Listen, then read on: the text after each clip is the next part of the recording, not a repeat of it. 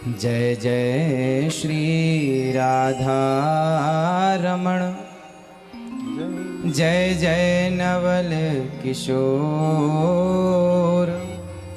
जय गोपी चित चोर प्रभु, जय जय माखन चोर। राधा मेरी मात है, पिता मेरे घनश्याम, इन दोनों के चरणों में मेरा कोटि कोटि प्रणाम। बोलिए भक्त वत्सल भगवान की जय, श्री वृंदावन बिहारी लाल की जय, श्री राधा रमण भगवान की जय, श्री यमुना महारानी की, श्री गौरी गोपाल भगवान की जय, जय जय श्री राधे। परम सौभाग्य का विषय है और बहुत आनंदित कर देने वाली बात यह है कि जब हम यहाँ आए और आज के युवाओं को इस प्रकार धोती कुर्ता पहने देखा, माथे पर तिलक लगाए देखा, तो थोड़ी देर में तो ये लगा कि हम सतयुग में आ गए हैं। जय हो जय हो। और ये पूरा संस्कार जो बच्चों को दिया है, पूज्य महाराजा श्री के चरणों में बारंबार नमन कि आपने इस क्षेत्र में ये संस्कार को जीवित रखा है। पूज्य भैया श्री नरेश भैया जी के लिए सुंदर तालियां हों, क्योंकि इन्होंने इस संस्कार को, सनातन को, संत हैं तो संस्कार हैं, संत नहीं तो संस्कार नहीं। पूज्य भैया जितनी सराहना की जाए इनके कार्य की, और आज जो बच्चों ने मंच में जो सुंदर सा गोस्वामी श्री तुलसीदास जी का आयोजन किया, अभिनय किया, अत्यधिक रोमांचित करने वाला यह सुंदर सा कार्य था। छोटे बच्चों से लेके बड़ों तक ने सबने अपना अपना किरदार बहुत अच्छी तरह से किया, अच्छी तरह से अपना कार्य पूरा किया। उपस्थित मंच में सभी विद्वानों के श्री चरणों में दास का कोटि कोटि नमन। हमारे साथी हमारे भैया श्री यहाँ विराजमान हैं, भैया इंद्रेश भैया जी, तालियों के साथ स्वागत कीजिए भैया जी का, जिन्होंने भगवान में अपने आप को समर्पित कर दिया है। जरा भी जहाँ भी इनकी वाणी सुनते हैं, बस वहाँ यही लगता है कि इस घोर कलयुग में हम सूरदास जी महाराज का पावन दर्शन कर रहे हैं, जिनके सुंदर भाव इनके हृदय में प्रकट हैं और जिनके सुंदर पद आपके हृदय में प्रकट हैं। उनका भाव, उनके पद आप श्री गाते हैं, और सभी महापुरुषों के पद आप अपने भी पद गाते हैं लिख करके, ठाकुर जी को श्रवण कराते हैं। पूज्य भैया बटुक जी को बहुत बहुत साधुवाद के आज के इस यूथ को आप सबने जोड़ रखा है और सनातन का परचम लहरा रखा है। पूज्य महाराजा श्री को, पूज्य मैया जी को, सभी आचार्य चरणों को कोटि कोटि नमन। मैया जी ठीक हैं आप लोग? सुनाएं कुछ आपको? क्या सुनाएं? चलिए सबसे पहले ये सुनते हैं कि जीवन में जरूरी क्या है, भगवान को क्या जरूरी है। कई बार हम भगवान को वो चढ़ाते हैं, वो देते हैं जो भगवान को चाहिए ही नहीं। आपके मोबाइल में बहुत सारे फंक्शन ऐसे हैं जिनकी आपको जरूरत ही नहीं है, बट हैं, पड़े हैं। उसी तरह भगवान को भी कुछ चीजें नहीं चाहिए, पर आप देते रहते हैं, देते रहते हैं, देते रहते हैं। भगवान को आप दो चीजों से समझिए, आप दो चीजें देते हैं भगवान को। आप बताइएगा कि इनमें से ज्यादा प्रिय भगवान को क्या है। एक तो आप भगवान की करते हैं पूजा, और दूसरा है प्रेम। अब आप बताइए कि भगवान को पूजा पसंद है या प्रेम पसंद है? क्या? प्रेम। और आप क्या करते हैं? पूजा। आप पूजा करते हैं, एक माला चढ़ाएंगे, एक सुंदर सा मिठाई का डिब्बा ले आएंगे, सुंदर सा ठाकुर जी को धूप बत्ती अगरबत्ती खूब नैवेद्य ये वो सब पूजा करेंगे। अब ये बताइए कि जितनी पूजा आप भगवान की करते हैं उतनी ही पूजा आपका पति आपकी करें, आपको माला पहनाए, आपकी आरती उतारे, आपको धूप दिखाए, आपको मिठाई का डिब्बा दे, आपकी स्तुति गाए, पूजा आपकी करे और प्यार करने पड़ोसन से चला जाए, चलेगा? नहीं। सोचो, यही काम स्त्रियां करें पुरुषों के साथ। आपकी पत्नी आपकी पूजा करे, आपकी स्तुति करे और प्यार करे पड़ोसी से, आपको चलेगा? पुरुषों को सोचिए कि जिस पूजा से आप खुश नहीं हैं, जिस पूजा से आपके पति खुश नहीं है, आपका बेटा आपकी खूब पूजा करे पर आपसे प्रेम के दो शब्द भी ना कहे, तो क्या माँ बाप उसकी पूजा से खुश होंगे? नहीं। सोचिए कि जिस पूजा, जिस फॉर्मेलिटी, जिस औपचारिकता से आप और हम प्रसन्न नहीं होते, उस पूजा से भगवान कैसे प्रसन्न होंगे? इसलिए भगवान को चाहिए राम ही केवल प्रेम प्यारा। भगवान को क्या पसंद है? पूजा प्रेम नहीं है, परंतु प्रेम पूजा है। भगवान की पूजा यदि प्रेम है तो प्रेम के साथ फिर जो आप करेंगे वो सब पूजा कहलाएगी। आप देखिए, दुर्योधन ने 56 भोग परोसे भगवान जी को, क्या भगवान ने स्वीकार किए? दुर्योधन की पूजा भगवान ने स्वीकार की? नहीं। पर विदुरानी के प्रेम भरे छिलके स्वीकार किए कि नहीं? यदि प्रेम है तो छिलकों का भी भोग स्वीकार है, और प्रेम नहीं है तो दुर्योधन की कोई पूजा स्वीकार नहीं की भगवान ने। इसलिए पूजा नहीं, प्रेम। प्रेम के बाद जो आप करेंगे वो सब पूजा कहलाएगी। आप भगवान को गाली देंगे प्रेम से तो वो भी पूजा कहलाएगी, क्योंकि गोपियां प्रेम से गालियां देती हैं। मधुप कितब बंधो मास प्रशांघ्रिम शपत्न्या। हे कितब, हे कपटी, तुम एक जन्म के नहीं, जन्म जन्म के कपटी हो। गोपियां गालियां देती हैं भगवान को, तुम कपटी हो, एक जन्म के नहीं, अनेक जन्म के। क्या बिगाड़ा था राजा बलि ने, क्या बिगाड़ा था शूर्पणखा ने? बहुत सारी शिकायतें की, क्योंकि शिकायतें कहाँ हैं? जहाँ प्रेम है। जहाँ प्रेम नहीं है वहाँ सिर्फ फॉर्मेलिटी है। 2 अगरबत्ती जलाओ, घुमाओ, माला पहनाओ, मिठाई का डिब्बा। बिहारी जी के मंदिर में तो कई बार हमने अपनी आंखों से देखा, लोग डिब्बा ले जाते हैं मिठाई का, पहुंच तो पाते नहीं है बिहारी जी के पास, तो डिब्बा दूर से ही फेंक देते हैं। सोचो वो डिब्बा जाके भगवान के मुंह में लग जाए, माला फेंक देते हैं, लग जाए तो क्या हाल होगा? ये पूजा नहीं है, ये सिर्फ आप कह रहे हैं, औपचारिकता पूरी कर रहे हैं, फॉर्मेलिटियां पूरी कर रहे हैं। भगवान को इनकी कोई ज़रूरत नहीं है। ना आपके मिठाई के डिब्बे की ज़रूरत है, ना पुष्पों की ज़रूरत है, ना आपके रुपया पैसा, ना सोना, ना चांदी की ज़रूरत है। किस चीज़ की ज़रूरत है? आपका पति आपको सोना दे, चांदी दे, सब कुछ दे, बस प्यार ना करे, आपको प्रेम ना करे, तो क्या आप सुखी हैं? आपका बेटा आपको गाड़ी दे, बंगला दे, माँ रहो गाड़ी बंगले में रहो, खूब ऐश से करो रहो, पर आपसे प्रेम नहीं करेगा, समय नहीं देगा आपको रत्ती भर, सुखी रहेंगे आप? बिना प्रेम के आपकी जिंदगी वीरान है, तो बिना प्रेम के भला भगवान को कैसे पाया जा सकता है? विचार करो। इसलिए प्रेम की पाठशाला में उद्धव जैसे ज्ञानी को भगवान ने वृंदावन भेजा। कहा घनश्याम ने उद्धव से वृंदावन जरा जाना, वहाँ की गोपियों को ज्ञान का कुछ तत्व समझाना। विरह की वेदना में वे सदा बेचैन रहती हैं, तड़प कर आह भरती हैं और रो रो कर ये कहती हैं। क्या कहती हैं गोपियाँ? है प्रेम जगत में सार और कुछ सार नहीं, मन कर ले, मन कर ले, मन कर ले प्रभु से प्यार और कुछ सार नहीं। तो भगवान की पूजा करेंगे या प्रेम? क्या करेंगे?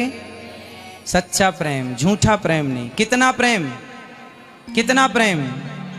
जितना अपने बेटे से करते हो, जितनी जरूरत आपको परिवार की है, उसी प्रकार परिवार का एक हिस्सा भगवान को मान के भगवान से परिवार के एक सदस्य की तरफ प्रेम करना चाहिए, समर्पण भाव से प्रेम करना चाहिए भगवान से। तो ये तो रही कि भगवान को पसंद है प्रेम, तो आप पूजा में ना उलझे रहो। पूजा अपनी जगह सही है, ठीक है, सब सही है, पर पूजा के पहले क्या प्रेम है तो सब सही हो, प्रेम नहीं है तो कोई भी पूजा हो आपकी सब व्यर्थ है। इसलिए पहले प्रेम।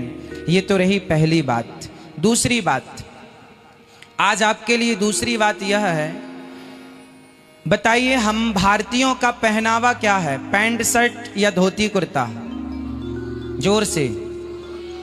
तो आप भारत की संस्कृति को बचाना चाहते हैं या मिटाना चाहते हैं? यदि बचाना चाहते हैं तो आज संकल्प लीजिए कि हर संडे जहां जाएंगे, दोस्तों से मिलने जाएंगे, शॉपिंग करने जाएंगे, जहां जाएंगे धोती कुर्ता पहनकर और मस्तक पर तिलक लगा के जाएंगे। अपनी संस्कृति, जब मुसलमान भाइयों को टोपी लगाने में शर्म नहीं है तो आपको धोती कुर्ता पहनने में और मस्तक पर तिलक लगाने में शर्म किस बात की? और यदि शर्माते रहे तो लोग, शराब पीने में शर्म नहीं आती, झूठ बोलने में शर्म नहीं आती, निंदा चुगली करने में शर्म नहीं आती, धोती कुर्ता पहनने में, तिलक लगाने में शर्म आती है। यदि हमें अपनी संस्कृति का पालन करने में शर्म आने लग जाएगी तो बताओ फिर कौन संस्कृति का पालन करेगा? पाकिस्तानी आएंगे क्या धोती कुर्ता पहनने और माथे पर तिलक लगाने? तो संस्कृति का पालन, अपने धर्म का पालन कौन करेगा?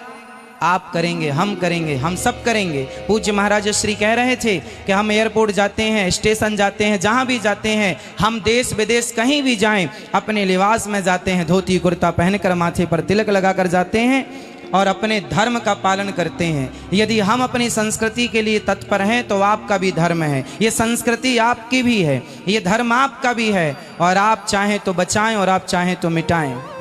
अब निर्णय आपको करना है। शर्म किस बात की? शर्म उसे आए जो शराब पी रहा है, झूठ बोल रहा है, सिगरेट पी रहा है पूरी रात। अब देखो बड़े बड़े शहरों में, आप दिल्ली जैसे महानगर में बैठे हैं, राजधानी में बैठे हैं, यहाँ देखिएगा पूरी रात लड़के लड़कियां आज थिएटरों में जाके पूरी रात शराब पी के डिस्को करते हैं, नाचते हैं। उन्हें नाचने में, शराब पीने में शर्म नहीं आती, इतने थक जाते हैं नाचने में, शराब के नशे में, कि सवेरे लोग उठा के उनको ले जाते हैं। ये बात सही है या गलत है? सही है। बड़े बड़े शहरों में ये हो रहा है। जब आपको शराब पीने में, पर पुरुष के साथ रात भर नाचने में शर्म नहीं है तो हम अपने संस्कृति का पालन करने में, धोती कुर्ता पहनने और माथे पर तिलक लगाने में शर्म आएगी? यदि शर्म आई तो दुर्भाग्य है हमारा। तो कितने लोग आज से संकल्प लेते हैं कि हम जहां जाएंगे, कम से कम हम ये नहीं कहते 6 दिन आप ऑफिस में जाओ, स्कूल जाओ, हम वहां, ठीक है, आप संडे तो स्वतंत्र हैं, संडे की संडे स्वतंत्र हैं। तो कितने लोग संडे के संडे अपने धोती कुर्ता के पहनावे में जहां जाएंगे वहां जाएंगे? कितने लोग हाथ उठा के मुझे वचन देंगे कि आप सदा इसका पालन करेंगे? आप करेंगे? शर्म तो नहीं आएगी? नहीं। ये रही दूसरी बात। अब तीसरी बात सुनिए। समय है आपके पास? समय है? मैं खड़ा हो जाऊं? अब सुनिएगा तीसरी बात जो आपको सुनाने के लिए हम आए हैं, और पूज्य महाराज श्री जैसे महान संत ये चाहते हैं, डायरेक्ट इनडायरेक्ट आपसे जो कहना चाहता हूं वो समझ लीजिएगा, इशारों में, क्लियर नहीं, इशारे होंगे, आपको समझना होगा। एक बात बताइए, आप सब मूवी तो देखते होंगे, सीरियल देखते होंगे, टीवी सीरियल, मूवी, पिक्चरें सारे लोग देखते हैं। आपने देखा है आज जितनी भी पिक्चरें बनती हैं वो संतों के खिलाफ बनती हैं, संतों को टारगेट करके बनती हैं, संतों को गलत दिखाया जाता है, संतों को नीचा दिखाया जाता है, संतों का अपमान किया जाता है आज की मूवियों में और जितने भी सीरियल इत्यादि हैं सब में। आप जानते हैं इसके बीच का, इसका कारण क्या है, इसके पीछे षड्यंत्र क्या है? आज मैं उस षड्यंत्र से आपका पर्दा उठाता हूं, ध्यानपूर्वक मेरी बात समझिएगा। संत क्या कहते हैं? आपके बीच में पूज्य महाराज श्री बैठे हैं, पूज्य इंद्रेश जी बैठे हैं, भैया जी बैठे हैं, या जितने भी संत बैठे हैं, आपके घर में कोई साधु आता है ना तो क्या कहता है? बेटा शराब ना पीना, बेटा गांजा ना पीना, बेटा बीड़ी ना पीना, बेटा सिगरेट ना पीना, बेटा सही रास्ते पर चलना। ऐसा कहते हैं कि नहीं सब संत? हमारे देश के तमाम संत यही कहते हैं, शराब ना पियो, सिगरेट ना पियो, पर नारी पर पुरुष का सेवन ना करो, ये कहते हैं या नहीं? अब पिक्चर बनाने वालों को संत लोग क्यों अच्छे नहीं लगते, इसका कारण सुनो। पिक्चर बनाने वाले पिक्चर बना के प्रचार किसका करते हैं? शराब का। शराब में, पिक्चरों में गाने हैं, जीना अगर जरूरी है तो पीना बहुत जरूरी है, मुझे पीने का शौक नहीं, पीता हूं गम भुलाने को। ये गाने किसने बनाए? पिक्चर बनाने वालों ने।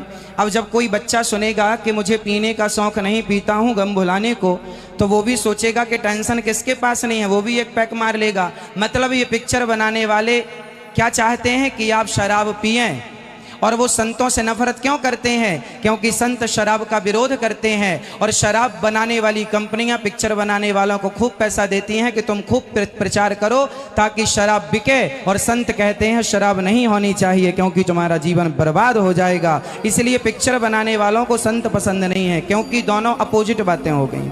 वो करते हैं शराब का समर्थन और हम करते हैं शराब का विरोध। तो संत जो हैं वो विरोध करते हैं, तो वो लोग संतों को बदनाम करने लग गए कि इनको एक काम करो, ऐसा बदनाम कर दो, ऐसा उंगलियां उठा दो कि ये यूथ आज का बच्चा इनको सम्मान ही ना करे, इनका आदर ही ना करे, ताकि इनकी शराब धड़ल्ले से बिकती रहे। दूसरा, हम में से आज तक किसी संत ने कहा कि गुटखा खाओ? आज तक भारत के किसी संत ने आपसे कहा कि गुटखा खाओ? बोलो हाँ या ना।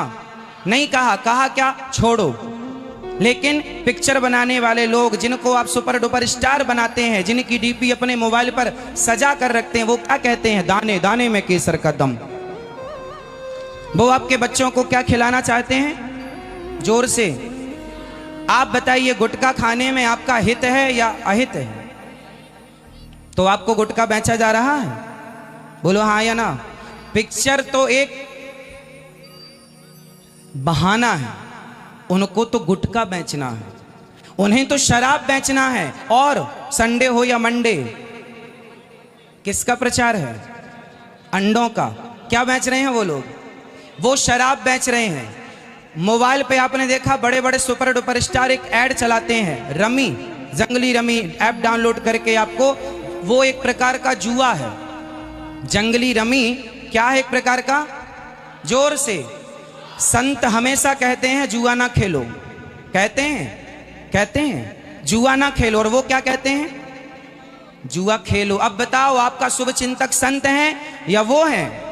तो वो लोग इसलिए संतों का विरोध करते हैं क्योंकि संत हमेशा आपका हित चाहते हैं, समाज का हित चाहते हैं, देश का हित चाहते हैं। और वो यदि हित चाहते तो बताओ, गुटखे का प्रचार करना क्या जरूरी था? क्या वो भूखे मर रहे थे कि गुटखा नहीं बेचेंगे तो उनको रोटी नहीं मिलेगी? क्या इतनी गरीबी थी उनके पास? आप कोई गुटखा की कंपनी आ जाए और पूज्य भैया जी से कहे कि भैया हम आपको 10 करोड़ रुपए देंगे, आप गुटखे का प्रचार कीजिए, आप करेंगे? कभी नहीं करेंगे। मुझे कोई 100 करोड़ देगा कि आप अनिरुद्धाचार्य जी हमारे गुटखे का प्रचार कर दो, हम नहीं करेंगे। हम भीख मांग कर खा लेंगे, पर अपने देश के साथ धोखा नहीं करेंगे, गद्दारी नहीं करेंगे। हम कभी अपनी पीढ़ी को गुटखा खाने वाला नहीं बना सकते। और वो लोग जिन्हें आप सुपर डुपर स्टार कहते हैं, क्या उनकी जिम्मेदारी नहीं थी कि वो आपके बच्चों को गुटखे से दूर रखें, शराब से दूर रखें? उनसे पूछो कि आप अपने बच्चों को खिलाते हो कि नहीं? वो अपने बच्चों को लंदन पढ़ने भेजते हैं और तुमसे कहते हैं दाने दाने में केसर का दम। हाँ या ना? मीठा जहर पिलाया गया पिक्चरों के साथ। पिक्चरों में ऐसा जहर घोलकर समाज को परोसा गया कि आज समाज एक अलग राह पर चल पड़ी। जितने बच्चे थिएटर पर नाच रहे हैं अभी, शराब पी के पूरी रात डिस्को करेंगे, किसकी देन है? संतों की या पिक्चर बनाने वालों की? बोलो। बिगाड़ दी तुम्हारी औलादों को, कौन है जिम्मेदार? और दिखाओ पिक्चर। इसलिए संगत से गुण आते हैं, संगत से गुण जाए, लोहा जड़ा जहाज में पानी में उतराए। संगति अच्छी होगी तो आप अच्छे होंगे, संगति बुरी होगी। एक पत्थर, एक लोहे का टुकड़ा पानी में डूब जाता है, पर वही लोहा जब नाव से जुड़ जाता है तो पार लग जाता है, औरों को पार लगा देता है। नाव, जहाज, समुद्री जहाज में हजारों टन लोहा जड़ा है, बस कुसंग लोहा है। यदि कुसंग के लोहे कुसंग से जुड़ गए तो डूब जाओगे, और सत्संग की नौका से जुड़ गए तो भवसागर से पार लग जाओगे। भवसागर से पार लगना है तो सत्संग करो। और संतों की आलोचना, ये देश किनका है? अभी आपने गोस्वामी तुलसीदास जी का चरित्र देखा। मुगलों के काल में जब देश में घोर, आपको पता है, कभी इतिहास पढ़ के देखना, हिंदी डूबने की कगार में थी, हिंदी भाषा में बड़ा संकट आ गया था। उस समय गोस्वामी तुलसीदास जी ने अवधी भाषा में रामचरितमानस लिख के हिंदी भाषा की रक्षा की है। और केवल हिंदी भाषा नहीं, मंदिरों को तोड़ा जा रहा था, ध्वस्त किया जा रहा था। उस समय मंदिरों को तोड़ दिया गया तो क्या हुआ? गोस्वामी तुलसीदास जी के द्वारा दिलों में मंदिर बना दिए गए रामचरितमानस के माध्यम से। हर दिल में राम मंदिर था, हर दिल में सीता माता थी, हर दिल में राम लक्ष्मण भरत शत्रुघ्न और श्री हनुमान जी विराजमान कर दिए गोस्वामी तुलसीदास जी ने। क्या हमारे देश में संतों का कोई एहसान नहीं है? बोलो है या नहीं? क्या तुलसीदास जी का, क्या सूरदास जी का, क्या रैदास जी का, क्या कबीरदास जी का कोई एहसान नहीं है? है, लेकिन उनके एहसान को आपको नहीं बताया गया, सिकंदर को महान बता दिया गया। नाइंसाफी हुई है या नहीं? अभी भी कुछ नहीं बिगड़ा। ये पिक्चर बनाने वालों से कभी मिले तो सवाल कर लेना कि अपने बच्चे को खिलाते हो, शराब पिलाते हो या नहीं। इसलिए आप समझदार हो तो समझ लीजिएगा मेरी बातें। संत हमेशा समाज का भला चाहते आए हैं, भला चाहते हैं और भला चाहते चले जाएंगे। समाज चाहे उन्हें गाली दे या उनका आदर करे या उनका सम्मान करे या उन्हें जलील कर दे। संतों का बहुत बड़ा योगदान रहा हमारे देश में। साइंस, मैं आपको साइंस की बातें बता दूं। साइंस कितना गहरा, समय कम है, आपको जल्दी तो नहीं है? नहीं, हमें जल्दी है, आपको यदि जल्दी हो तो बता दीजिएगा। साइंस की बात बता दूं मैं आपको। बताओ, दुनिया को घड़ी देखना किसने सिखाया?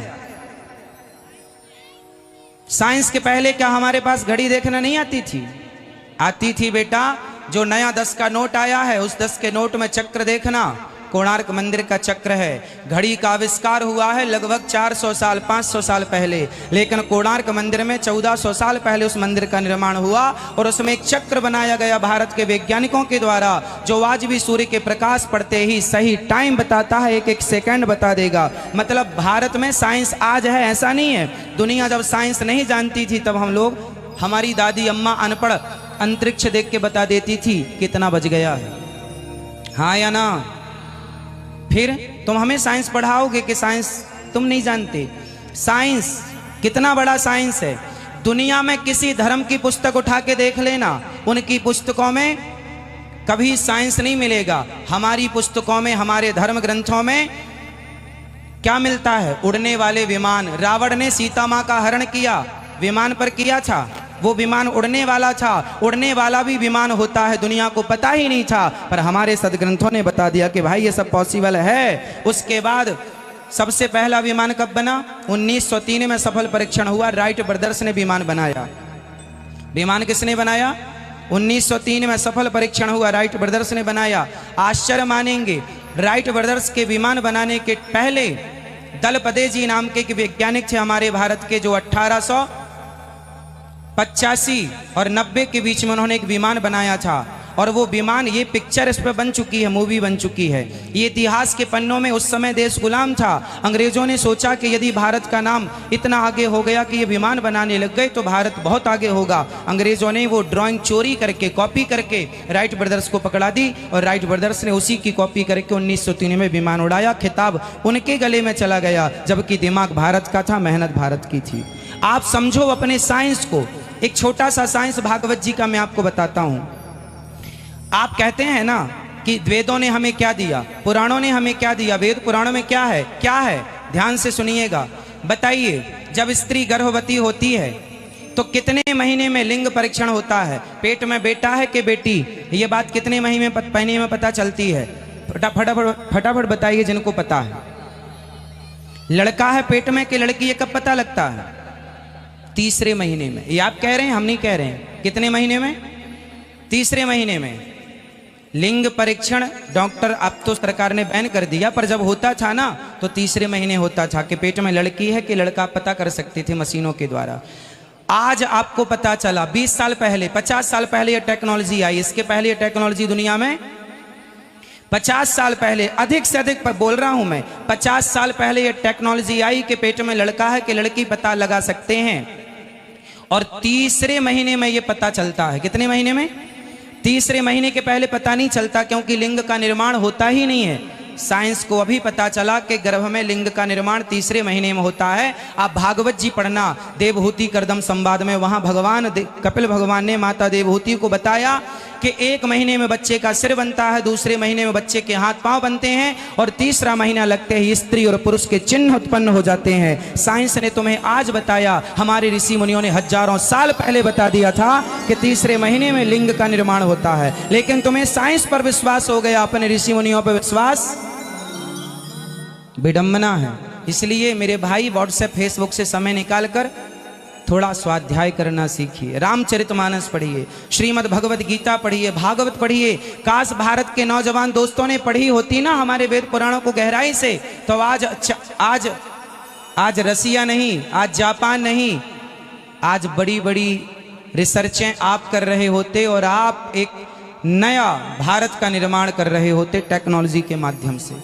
लेकिन आप नकारते चले गए। आज हमारे देश में ऐसे लोग मिल जाएंगे जो रामचरितमानस पर उंगलियां उठाते हैं, हमारे वेदों पर पुराणों पर उंगलियां उठाते हैं, साधु और संतों पर उंगलियां उठाते हैं, क्योंकि उन्हें अपनी संस्कृति का ज्ञान, उन्हें अपने धर्म का ज्ञान इसलिए आपको होना चाहिए। तो कितने लोग आज से अपने बच्चों को भगवत गीता पढ़ाएंगे? उठा लो हाथ। कितने लोग रामचरितमानस की चौपाइयां पढ़ाएंगे? पढ़ाएंगे? तैयार हैं? चलिए जाग जाओ, समझ जाओ, पर्याप्त है।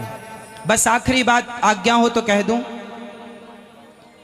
आखिरी बात ये है, बताओ, कई बार ना भगवान को लेकर सवाल खड़े होते हैं। आपके मन में भी कभी कभी दिमाग में सवाल खड़े होते होंगे। कुछ सवाल मैं खड़े करता हूं, उत्तर आप दीजिएगा, यदि आपके पास हैं तो, नहीं है तो ये दास अनिरुद्ध तो आपको देगा ही। एक राजा था, ये सवाल मैं प्रश्न करूंगा आपसे, आप उत्तर देंगे, इसके बाद मेरी बात पूरी हो जाएगी, आज का मेरी वाणी पूरी हो जाएगी, थोड़ी देर और। एक राजा था, वो मरने लगा, बूढ़ा था। उसने अपने बेटे को बुलाया और बेटे से कहा, बेटा मैं मरने वाला हूं, तू भावी राजा है, तू राजा बनेगा, अब तू अपनी प्रजा का पुत्र की तरह पालन करना। उस बेटे ने ठीक है कह करके पिता की बात स्वीकारी। पर वो जो बेटा था ना, बड़ा नास्तिक था। क्या था? नास्तिक। कुछ दिन बाद पिताजी चले गए, बेटे को राजा बनाया गया। जब राजा बनाया गया तो राजा को शपथ दिलाई गई, मैं ईश्वर की सौगंध खाकर शपथ लेता हूं, प्रजा की सेवा पुत्र की तरह करूंगा। ये शपथ दिलाई जाती है ना, मैं ईश्वर की शपथ खाता हूं, ईश्वर की सौगंध खाकर शपथ लेता हूं। तो उस राजा ने मना कर दिया, बोले मैं ईश्वर को तो मानता ही नहीं, मैं ईश्वर की सौगंध क्यों खाऊं। अब सारे नगर में, सारे राज्य में हाहाकार मच गया, ऐसा राजा हुआ ईश्वर को मानता नहीं। उस राजा ने घोषणा की, 1 महीने के अंदर मेरे 3 सवाल का उत्तर दो, 3 प्रश्नों का उत्तर दो, वरना सारे मंदिर में हटवा दूंगा, सारी मूर्तियां हटवा दूंगा, मेरे राज्य में कोई भगवान का नाम नहीं लेगा। इतना उसने घोषणा कर दी। मेरे सवाल हैं। उस राजा का सवाल था कि यदि भगवान है तो दिखाई क्यों नहीं पड़ते?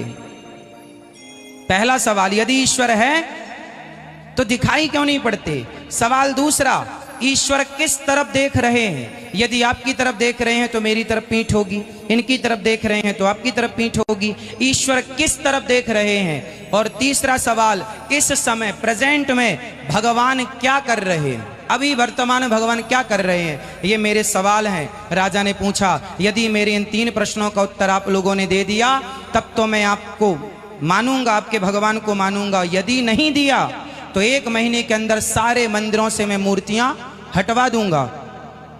अब तो हाहाकार मच गया सारे राज्य में, सारे साधु संत ऋषि मुनि ज्ञानी सब परेशान राजा को समझाने लग गए कि भगवान है तो दिखाई क्यों नहीं पड़ता? बताओ भगवान है तो दिखाई क्यों नहीं पड़ता? बताओ भगवान है कि नहीं? पहले तो कन्फर्म कराओ, है ईश्वर है? हाँ या ना? पीछे वाली मैया बताओ, भगवान है तो दिखाई क्यों नहीं पड़ते? अब राजा को कौन समझाए? लोगों ने तर्क रखा कि हवा है दिखाई नहीं पड़ती। राजा ने कहा तर्क अच्छा है पर हम संतुष्ट नहीं हैं आपकी बात से। लोगों ने कहा मिश्री में मिठास है पर दिखाई नहीं पड़ती। राजा ने कहा तर्क अच्छा पर हम संतुष्ट नहीं हैं। अब लोग कौन समझाए? एक बड़े ज्ञानी भक्त थे बेचारे, आज महीने का आखिरी दिन था, आज राजा को उत्तर देना था, वरना राजा सारी मूर्तियां हटवा देगा, सबके मुंह में पट्टी बंधवा देगा, कोई राम नाम ना बोलना, कोई कृष्ण कृष्ण ना बोलना। सारे लोग परेशान थे उस राजा से। समझता भी नहीं है। एक सज्जन, एक संत उदास होकर के घर चले गए, रोने लगे। बाप को रोता देख बेटी ने कहा, पिताजी क्या हुआ, आप रो क्यों रहे हैं? अरे बेटी, बड़ा दुष्ट राजा मिला है, वो भगवान को हटवा रहा है मंदिरों से, कहता है मेरे सवाल का उत्तर दो। बेटी ने कहा, क्या सवाल है? बोले, भगवान है तो दिखता क्यों नहीं? भगवान किस तरफ देखता है? भगवान अभी क्या कर रहा होगा, इस समय क्या कर रहा होगा, बताओ। अब कैसे बताएं उससे? बेटी ने कहा, बस इतनी सी बात, अभी मैं जाती हूँ, अभी मैं जाकर के राजा के प्रश्नों का उत्तर देकर आती हूँ। बेटी दौड़ी दौड़ी गई, दरबार लगा हुआ था। बेटी ने राजा से कहा, महाराज मैं आपके प्रश्नों का उत्तर देने को तैयार हूँ। हाँ हाँ बिल्कुल दीजिए, पर आपका प्रश्न का उत्तर देने के पहले मैं आपसे कुछ चाहती हूँ। क्या? बोले, मुझे दूध दिया जाए। कटोरा में भर के राजा ने, सोने के पात्र में भर के दूध रखवाया। कहा, ये रहा दूध, अब मेरे प्रश्न का उत्तर दो कि भगवान है तो दिखाई क्यों नहीं पड़ता, कहाँ है भगवान? उस लड़की ने राजा से सवाल किया, महाराज बताइए, ये जो कटोरे में दूध भरा है, बताइए इसमें आपको क्या दिखाई पड़ रहा है? राजा ने कहा, दूध? इसमें क्या दिखाई पड़ रहा है आप लोगों को? दूध। राजा ने कहा, दूध। लड़की ने कहा, महाराज आपको दूध दिखाई पड़ रहा है, पर मुझे इस दूध में मक्खन दिखाई पड़ रहा है। मुझे इस दूध में मक्खन दिखाई पड़ता है। राजा ने, बताइए इसमें मक्खन है या नहीं? आप बताइए, इसमें मक्खन है या नहीं? दूध में मक्खन है या नहीं? हाँ या ना? कंफ्यूज क्यों हो रहे हो? मम्मी से पूछना कि है कि नहीं है। तो राजा ने कहा, इसमें दूध है। लड़की ने कहा, मक्खन है, बताइए इसमें मक्खन है या नहीं? राजा ने कहा, है। लड़की ने कहा, महाराज इसमें मक्खन है, नहीं दिख रहा है। नहीं दिखने से यह सिद्ध नहीं होता कि मक्खन नहीं है। मक्खन है पर दिख नहीं रहा है। उसी प्रकार ईश्वर है पर दिख नहीं रहा है। ईश्वर है जैसे मक्खन, इसके दूध के कण कण में मक्खन की व्यापकता है पर दिखाई नहीं पड़ रहा। अच्छा, दही से मक्खन, दूध से मक्खन निकालने के लिए करना क्या पड़ेगा? दही बनाओ, दही का मंथन करो, एक प्रोसेस होता है। यदि उस प्रोसेस को आपने फॉलो किया तो उस दही से प्रॉपर मक्खन निकल आता है। उसी प्रकार राजन, जैसे दूध के कण कण में मक्खन की व्यापकता है, नहीं दिखता, पर यह नहीं कहा जा सकता कि नहीं है, मंथन करने से प्रकट होगा। ईश्वर की व्यापकता तो है, भक्ति और प्रेम करने से प्रकट होगा। राजन, जैसे मंथन करने से मक्खन प्रकट होता है, मीरा के प्रेम के बल पर प्रकट हो गए। प्रहलाद जी ने कहा, इस खंबे में भगवान है तो न केवलम में भवतश्च राजन सबई बलम बलिनाम चा परेशाम। कहाँ नहीं है भगवान? क्या इस खंबे पर है? हाँ है। जो प्रहार किया मुठिका का, खंबा तोड़ करके भगवान प्रकट हुए। क्यों? क्योंकि मेरे भक्त का वचन मिथ्या ना हो जाए, मेरी भक्त की बात झूठी ना हो जाए। प्रकट हो गए भगवान। तो भगवान प्रकट हो गए। पहले प्रश्न का उत्तर राजा को, राजा संतुष्ट हो गए। हाँ, मैं तुम्हारी बात से सहमत हूं कि दूध में मक्खन है पर दिखाई नहीं पड़ता, ईश्वर है। ठीक है, मैं नहीं देख पाया, क्षमा। दूसरा सवाल मेरा कि भगवान किस तरफ देखते हैं? राजा ने, लड़की ने कहा, महाराज एक मोमबत्ती की व्यवस्था कराओ। मोमबत्ती जला के लाई गई। मोमबत्ती को खड़ा करके लड़की ने पूछा, महाराज बताओ ये मोमबत्ती का प्रकाश अभी किस तरफ देख रहा है? ये मोमबत्ती का प्रकाश किस ओर देख रहा है? बताओ किस ओर देख रहा है? चारों तरफ।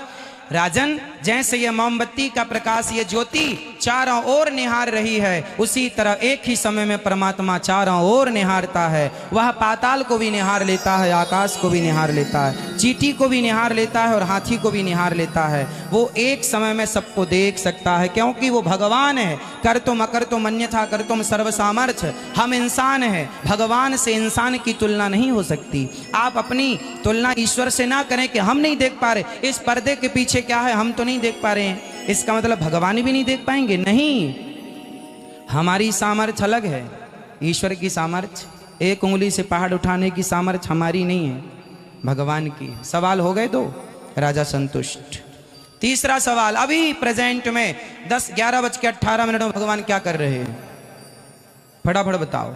अब रानी और लड़की बोली, ठीक है, मैंने आपके 2 प्रश्नों का उत्तर दिया। लड़की बोली, राजन प्रश्न करने वाला बड़ा होता है कि उत्तर देने वाला? राजा ने कहा उत्तर देने वाला गुरु है, प्रश्न करने वाला शिष्य। तो फिर मैं नीचे खड़ी हूं, आप ऊपर बैठे हैं, गुरु नीचे और शिष्य ऊपर शोभा नहीं दे रहा, आप आओ। राजा नीचे आए, आज्ञा। बोले मैं आपके प्रश्न का उत्तर दूंगी, पर मुझे सम्मान तो दो, मैं आपकी गुरु हूं। राजा ने अपने आसन पर बिठाया। लड़की ने कहा ये बताओ, जो व्यक्ति इस आसन पर बैठता है उसके माथे पर मुकुट होना चाहिए या जो द्वार पर हाथ जोड़ के खड़ा उसके माथे पर? राजा बोले जो सिंहासन पर बैठा है वही इस राज मुकुट का अधिकारी है। तो राजा ने अपना मुकुट उतारा और लड़की के माथे पर रख दिया। फिर पूछा बताओ तुम्हारे भगवान अभी क्या कर रहे हैं? लड़के ने हंसकर कहा पगले अभी भी नहीं समझे, यही तो हमारे भगवान का काम है। हम जैसे भिखारी को राजा बना दिया और तुम जैसे राजा को द्वारपाल बना दिया, भिखारी बना दिया। राजा को रंग और रंग को राजा पल भर में बनाते, चुटकियों में। ये कर रहे हैं हमारे भगवान, ये हमारे भगवान की सामर्थ्य है। क्या कर रहे हैं इस समय? राजा को रंग और रंग को राजा। यही मेरे ईश्वर की कृपा है कि हम जैसे तुच्छ प्राणी जो 84 के चक्कर में भटक रहे थे, हमें मनुष्य बना करके ईश्वर ने भवसागर से पार होने का एक अवसर दिया है। फर्स्ट में हमने कहा था भगवान से प्रेम कीजिए, भगवान से सच्चा प्रेम करेंगे तो भवसागर से पार हो जाएंगे। एक बार हाथ जोड़ के मेरे संग बोलो, बोलो हे श्रीमन नारायण, हे श्याम सुंदर, हे श्री कृष्ण, मैं आपको कभी भूलूं नहीं। हे नाथ, हम पापी हैं, अधम हैं, नीच हैं, दुष्ट हैं, खल हैं, कामी हैं, क्रोधी हैं, लोभी हैं। हे नाथ, हम जैसे हैं आपके, हमें स्वीकार कीजिए। श्रीमन नारायण चरणौ शरणम प्रपद्ये श्रीमते नारायणाय नमः। आप सबका मंगल हो, सब पर बिहारी जी की कृपा बनी रहे, सदा आपके ऊपर ऐसे संतों का आशीर्वाद बना रहे और सभी पर बिहारी जी की पावन कृपा बनी रहे। समय बहुत लिया, उसके लिए बहुत बहुत क्षमा प्रार्थी हूँ आपका, बहुत बहुत क्षमा प्रार्थी हूँ महाराज श्री का, और विद्वानों का क्षमा प्रार्थी हूँ क्योंकि आप लोगों का भी समय ये दास ने लिया है। सबके चरणों की धूल अपने माथे पर सजाता हुआ ये दास आपके सभी के चरणों में कोटि कोटि नमन। सबको जय श्रीमन नारायण, जय श्री कृष्ण। गौरी गोपाल भगवान की जय। जय जय श्री राधा रमण, जय जय नवल किशोर, जय गोपी चित चोर प्रभु, जय जय मां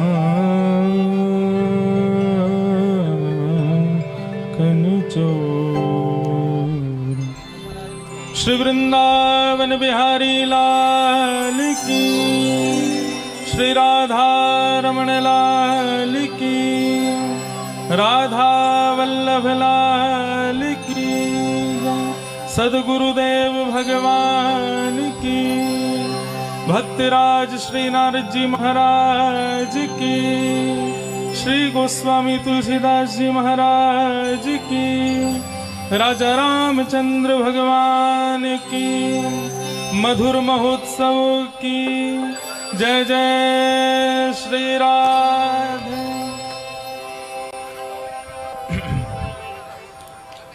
परमानंद और परम उत्साह का विषय है। ठाकुर जी की परम कृपा से एवं श्रीमद् भागवत में वृत्रासुर जो भगवान से कहते हैं अहम हरे तब पादैक मूल दासानुदासो भवतास्म भूय। बहुत ध्यान से सुनिएगा। दासानुदासो भवतास्म भूय, जो यहाँ पर श्री वृत्रासुर कहते हैं कि ठाकुर जी मुझे आपका दास नहीं बनना। भगवान बोले क्यों, सीधे हम मिल रहे हैं, हमारे पास ही आ जाओ। बोले नहीं प्रभु, आपके जो दास हैं उन दासों के चरणों के जो दास हैं उनका मुझको दास बनाओ, ऐसी कृपा करो। भगवान बोले इतना लंबा कनेक्शन क्यों चाहिए, सीधे हमसे ही मिल जाओ। लेकिन वृत्रासुर का लॉजिक बहुत अच्छा है। ठाकुर जी आपको अपना भक्त बहुत प्रिय है, लेकिन जब आप अपने भक्त के चरणों में किसी को देखते हो तो उसके प्रति आपको ज्यादा प्रीति होती है। परंतु उस भक्त के चरणों में जो भक्त, उसके चरणों में जो भक्त, उसके प्रति तो आप सब अपना भाव खोल देते हो।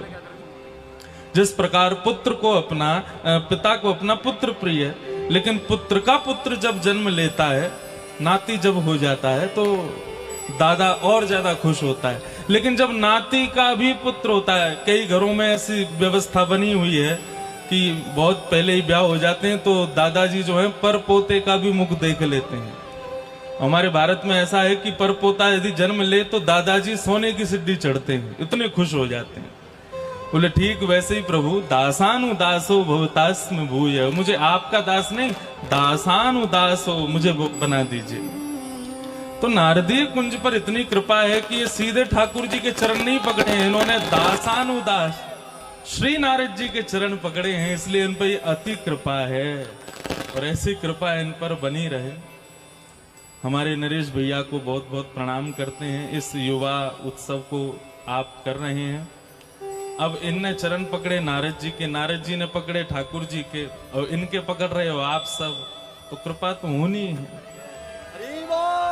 तो दासानुदासो भवतास्म भूय, प्रथम तो ऐसे श्री नारद जी को हम प्रणाम, फिर नारद जी के चरणों को पकड़ के बैठे हमारे नरेश भैया को प्रणाम, और आपकी छत्र छाया में बैठे यहाँ समस्त युवाओं को बहुत बहुत प्रणाम। जय श्री कृष्ण, जय सिया राम।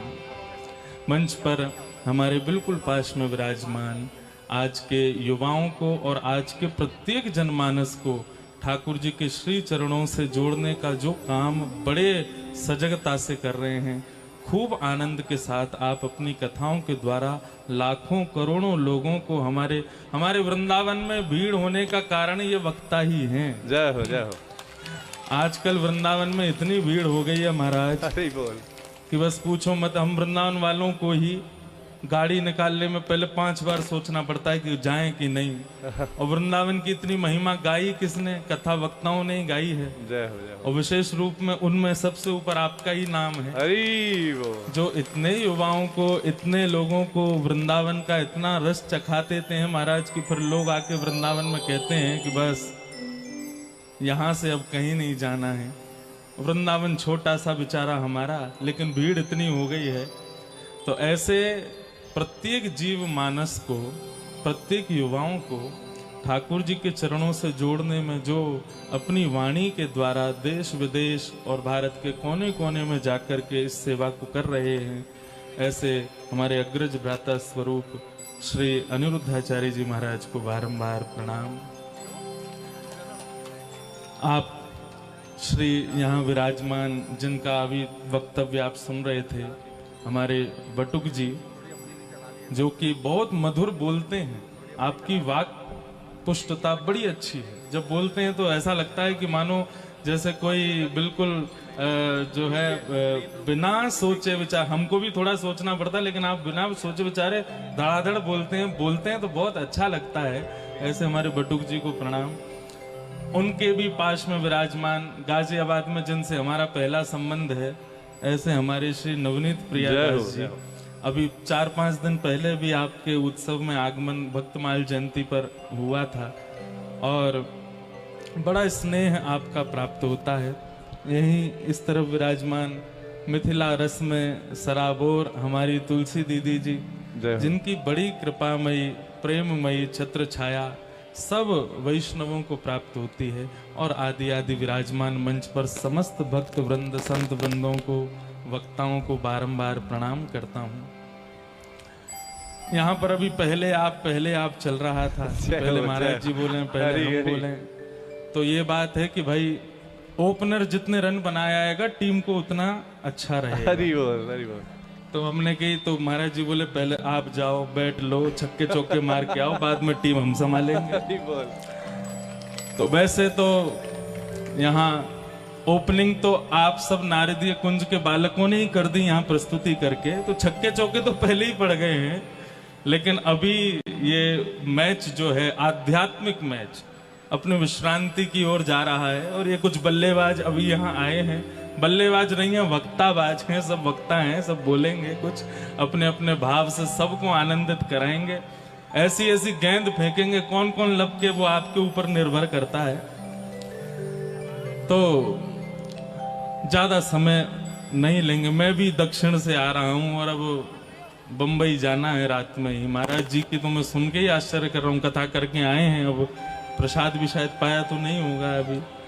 और कथा करने के बाद में बहुत जोर की भूख लगती है। 4 घंटा कथा करने के बाद यूँ लगती है बस 2 घंटा कोई बोले नहीं हमसे और हमको कुछ बढ़िया प्रसाद ही मिले तो पेट भरे थोड़ा। तो अभी आप बहुत भूखे भी होंगे, लेकिन फिर भी भक्तों के भाव से यदि नियम नहीं टूटे तो भक्त कैसे? जो भक्त भगवान के नियम तोड़वा देते हैं तो हम तो कथा वक्ता हैं। हमारे नियम यदि गाजियाबाद वालों ने नहीं तोड़वाए तो फिर काय बात के भक्त हैं। तो ये तो अच्छा है, आप सब नियम तोड़वाइए, ये एक आध बार ऐसे मौके होने चाहिए। देव दत्ता मीमां वीणां स्वर ब्रह्म विभूषिता मूर्छयित्वा हरिकथा गायमानश्चराम्यहम्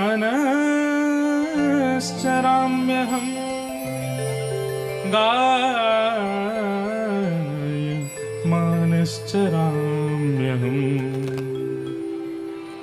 श्रीमद् भागवत में बस आज नारद जी महाराज का प्राकट्य दिवस है, उनको प्रणाम कर लूं और उनसे जो एक बात हम सीखते हैं वो सबको सीखनी चाहिए। नारद जी महाराज, श्रीमद् भागवत में ये श्लोक आता है जब नारद जी अपने पूर्व जन्म की कथा सुनाते हैं और पूर्व जन्म की कथा सुनाते हुए वेद व्यास जी से कहते हैं कि व्यास जी आप समाधि लगाओ, ध्यान लगाओ, समाधि में बड़ी ताकत है। सुबह बादल गरज रहे थे, अभी ये माइक गरज रहा है। अब इंद्र के हाथ में माइक है ना, इसलिए गरज रहा है। तो अभी अभी अभी मत गरजना, अभी मुझे ही गरजने दो। तो ध्यान से सुनो, बहुत अच्छी बात है। थोड़ी देर भैया ने देव दत्ताम मिमां वीणाम स्वरत ब्रह्म विभूषिताम मूर्छयित्वा हरिकथाम गायमानश्चराम्यहम्। नारद जी महाराज कहते हैं वेद व्यास जी, जो मेरे हाथ में वीणा है ना, ये साधारण वीणा नहीं है। देव दत्ताम मिमां वीणाम, ये भगवान ने प्रसन्न होकर के मुझको प्रदान की है। और मैं इस वीणा पर कोई सांसारिक चर्चा नहीं सुनाता, सांसारिक बातें नहीं कहता। मूर्छयित्वा हरिकथाम गायमानश्चराम्यहम्, मैं पूरे तीनों लोकों में विचरण करता हूं और केवल हरि चर्चा ही इससे सुनाता हूं। नारद जी के इस भाव से आपको क्या समझ में आया?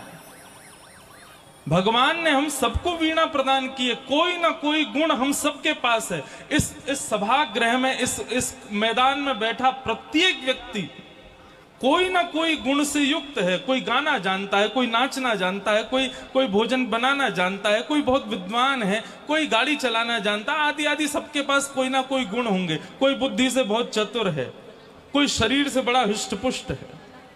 हम सबको कोई ना कोई गुण से ठाकुर जी ने युक्त करके भेजा। इस संसार में हम आए हैं तो इसका मतलब ये निश्चित है कि कोई गुण हमारे भीतर है, लेकिन अपने प्रत्येक उस गुण से हम संसार को यदि रिझाने का काम कर रहे हैं तो यही समझ लो हम लोग दैत्य हैं। और यदि अपने प्रत्येक उसी गुण से हम ठाकुर जी को रिझाने की क्रिया कर रहे हैं तो हम ही सब देवर्षि नारद हैं। जय हो, जय हो। मेरे पास में गला है, मैं चाहूं तो फिल्मी संगीत जाकर के वहां पर दुनिया भर के ये फिल्मी गीत गाऊं, लेकिन उससे क्या होगा? आज रीझेंगे, कल कोई और गायक आ जाएगा, उससे रीझेंगे, फिर दुनिया भर के सांसारिक संगीत गा करके क्या करना है? लेकिन आज इस गले को लगाया है कहां? श्री गिरधर लाल जी की सेवा में, अपने ठाकुर जी की सेवा में, अपने राधा रमन जी की सेवा में।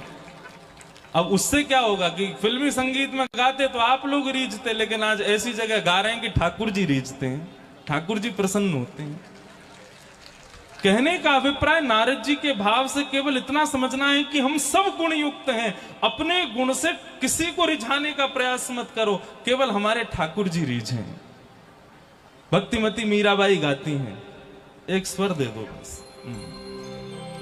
जिन भेषा मारो सांवरो रीझे, जिन भेषा मेरो गिरधर रीझे, मैं सो ही भेष धरूंगी।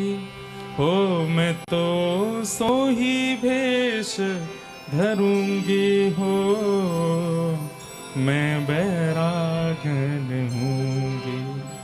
अब आप हमारे अनिरुद्धाचार्य जी का दर्शन करो। इनके माथे पर जो ये 12 अंगुल का तिलक है, इनकी जो वेशभूषा है, हमारे नरेश भैया जी का स्वरूप का दर्शन करो। माथे पर इतना सुंदर ये एक चिन्ह विराजमान तिलक का, यहाँ पर विराजमान सब लोगों का दर्शन करो और अपना दर्शन करो सेल्फी निकाल के कैमरा। हरि बोल। आप लोगों का दर्शन देख करके ऐसा लग रहा है कि आप लोग यहाँ किसी को रिझाने आए हो कि भाई हमारे कपड़े देख के कोई रीझ जाए, हमारे परफ्यूम सूंघ करके कोई कहे परफ्यूम बहुत अच्छा है, हमारी गाड़ी देख के, हमारे बाल देख के, हेयर स्टाइल देख के कोई कहे कि भाई बहुत अच्छे हो। लेकिन यहाँ बैठे जितने लोग हैं इनके स्वरूप से कोई रीझे नहीं रीझे, ठाकुर जी कहेंगे हाँ ये मेरा ही है, क्योंकि मेरे चिन्हों से युक्त है। हम क्यों तिलक लगाते हैं, क्यों धोती पहन, हम लोग जब एयरपोर्ट पे घूमते हैं तो लोग कहते हैं एलियन घूम रहे हैं। देखो धोती पहन के और बगलबंदी पहन के जब चलते हैं तो एयरपोर्ट पूरा घूम घूम करके देखता है। महाराज जी 200 रुपए की बगलबंदी, 300 रुपए की धोती, और पूरा एयरपोर्ट हमको देखता है, और वहीं 40,000 का सूट पहन के बगल में बिजनेसमैन चल रहा है, उसको कोई नहीं पूछता है। क्यों देख रहे हैं? क्योंकि सबके मन में, भले ही देखो एक हास्यपद भाव से ही सही, सबके मन में भाव क्या आता है कि जरूर ठाकुर जी का कोई भक्त है, जरूर कोई ठाकुर जी का परिकर का है। नारद जी के भाव से हम यही सीखें कि अपने जो भी गुण हैं उन सब गुणों को, अपने जो भी व्यवहार हैं उन सब व्यवहारों को सब ठाकुर जी की सेवा में अर्पित करो। भोजन बनाओ तो ठाकुर जी के भोग के लिए, श्रृंगार करो तो ठाकुर जी के लिए, गाना गाओ तो ठाकुर जी के लिए, नृत्य करो तो ठाकुर जी के लिए, सब ठाकुर जी के लिए। आप अपने आप प्रसन्न हो जाएंगे। हमारे दुख का कारण ही यही है कि हम संसार को प्रसन्न करने में लगे हैं। देवदत्ताम मिमाम वीणाम स्वर ब्रह्म विभूषिताम मूर्छयित्वा हरि कथाम गायमानश्चराम्य। नारद जी कहते हैं मुझसे कोई कह दे कि आप इस वीणा पर कुछ साधारण संगीत सुनाओ, मैं नहीं सुनाऊंगा, लेकिन कोई कहे कीर्तन सुना दो तो मैं तुरंत अपनी वीणा बजाने लगता हूं। हरि संबंधी कोई कार्य के लिए यदि मुझे कहे तो मैं तुरंत बोलूंगा, लेकिन यदि साधारण कोई कहे, अब हमारे अष्ट सखाओं को ले लीजिए। कुम्मन दास जी महाराज के पीछे आगरा से आगे सीकर, वहां का राजा पड़ गया। वो बोले कि महाराज मुझे आपका स्वर ही सुनना है, मुझे आपका स्वर ही सुनना है। कुम्मन दास जी बोले कि भैया मैं संसार को रिझाने के लिए नहीं गाता, मैं अपने गिरधर लाल जी को, अपने श्रीनाथ जी को रिझाने के लिए गाता हूं। तो राजा ने कहा इतनी संपत्ति दूंगा कि आपको कहीं मांगने की जरूरत नहीं पड़ेगी। पीछे पड़ गया तो कुम्मन दास जी एक दिन पहुंच गए और सभागृह में जाकर के ऐसा पद गाया, भगत को कहा सीख रे सो काम, आवत जात पन्हैया टूटी, बिसर गयो हरि नाम, जाको मुख देखत दुख लागत, जाको मुख देखत दुख लागत, ताको करन पड़ी प्रणाम। कुंभन दास लाल गिरधर बिन, कुंभन दास लाल गिरधर बिन, और न दूजो काम, भगत को काशी करी सो काम। राजा के सामने खड़े हो गए कुंभन दास जी। कुम्मन दास जी की घर की स्थिति अच्छी नहीं थी, चाहते तो राजा को रिझा करके खूब सारी संपत्ति ले जा सकते थे, लेकिन राजा के सामने खड़े होकर के कहे जाको मुख देखत दुख लागत, ताको करन पड़ी प्रणाम। जिसका मुख देख के हमको बुरा लगता है, आज उसके सामने अपने गले से गाना पड़ रहा है, उसको प्रणाम करना पड़ रहा है। आज का दिन हमारा सबसे काला दिन है। लौट करके आए, श्रीनाथ जी को प्रणाम करके बोले श्रीनाथ जी यदि देना है तो एक वरदान दे दो। बोले क्या? बोले दूसरा कोई मुझे सुनने के लिए यदि कहे ना कि कुछ गा के सुनाओ तो मेरा गला ही बैठ जाए, मैं मर जाऊं, लेकिन मेरा कंठ का ये स्वर केवल आपके लिए प्रकट हो और किसी के लिए प्रकट ना हो। हम लोग थोड़ी सी योग्यता मिल जाती है तुरंत संसार को रिझाने में लगते हैं। देखा तूने मेरी गाड़ी देखी, कितनी बढ़िया गाड़ी है, मेरी ड्रेस देखी मैंने वहां से सिलवाई है, मेरी पत्नी देखी वहां से आई है, कितना दहेज मिला, इसी में ही लगे रहते हैं अपने गुणों से, अपनी योग्यताओं से। कभी ठाकुर जी कहें भाई तेरा गायन मुझे प्रिय लगा, कभी आप भोग लगाओ तो आपके लड्डू गोपाल बोल पड़े अरे मैया आज तो तेने बहुत जोर की दाल बनाई है। कभी ऐसा हो तो आनंद आवे ना। इन उत्सवों का, इन कथाओं का बंधुओं केवल एक ही फल है कि श्याम सुंदर हमारी किसी सेवा से प्रसन्न हो जाएं, बोल पड़े कि मैं प्रसन्न हूं, मैं आनंदित हूं। हमें कुछ नहीं चाहिए। एक बात सत्य कहूं, हमें यह भी नहीं चाहिए कि ठाकुर जी हमें मिल जाएं, बस कभी स्वप्न में ही से एक बार कह दें कि मैं तुझसे प्रसन्न हूं, बस हमें और कुछ नहीं, हम उसी में ही हम आनंदित हो जाएंगे। तो ऐसे युवाओं को मेरा बहुत बहुत प्रणाम है। आप सब अपने सौंदर्य की योग्यताओं से प्रदर्शन करो ठाकुर जी के नाट्य का। ठाकुर जी के नाट्य होते नहीं है, संसार के नाट्य होते हैं, ठाकुर जी की तो वास्तविकता होती है। आज तुलसीदास जी का नाट्य थोड़ी देखा हमने, तुलसीदास जी का वास्तविकता देखी हमने। महाराज जी मैं क्षमा चाहूं लेट हो गया, लेकिन मैं रास्ते में लाइव देखता आ रहा था। हाँ मैंने कि भाई कहीं वहां पहुंच करके पता चली कि पूरा उत्सव हो गया और मैं कुछ बोल ही नहीं पाया। नहीं, मैंने पूरा दर्शन किया, किस प्रकार गोस्वामी तुलसीदास जी महाराज चंदन घिस रहे हैं, राम जी आके तिलक करते हैं, हनुमान जी बता रहे, मैं सब दर्शन करता आ रहा था। आप सब महापुरुषों का भी दर्शन हो रहा था। तो मैं भले ही देह से नहीं, वैसे डिजिटली उपस्थित था यहीं पर। तो मेरी सबसे यही प्रार्थना है, आप सब लोग अपने अपने गुणों को खोजिए, और खोजिए क्या है ही है सब में गुण, और अपने उस गुण से ठाकुर जी को रिझाने का प्रयास कीजिए। बस इससे अधिक और कुछ नहीं करना, यही भक्ति है। अपनी योग्यताओं से ठाकुर जी को रिझाइए। आज के इस मंगल महोत्सव की आप सबको बधाई हो। इतनी रूखी बधाई ना लें हम ब्रजवासी, जोर की बधाई चाहिए। बधाई हो, बधाई हो, बधाई हो। नरेश भैया को बहुत बहुत बधाई ऐसे मंगलमय उत्सव के, और हमारे सारे युवा भाइयों को बहुत बहुत प्रणाम वंदन करते हैं कि आप लोगों की भक्ति ऐसे ही बढ़ती रहे। ठाकुर जी इतनी कृपा करें कि एक दिन मधुर महोत्सव में, इस मंगलमय उत्सव में आप किसी भक्त चरित्र का सुंदर भाव यहाँ प्रकट करो, और उस प्रकट में जो बालक ठाकुर जी के रूप में आ रहा हो उसकी जगह स्वयं ठाकुर जी ही एक दिन प्रकट हो जाएं। इस मधुर महोत्सव को ठाकुर जी स्वीकार करें, बस इसी भाव के साथ। जय जय श्री राम, श्री वृंदावन बिहारी लाल की, श्री नारद जी महाराज की, गोस्वामी श्री तुलसीदास जी महाराज की जय। जय जय श्री राधे। एक बार महाराज जी के लिए कहिए, जय जय श्री राधे, जय जय श्री राधे, जय जय श्री राधे।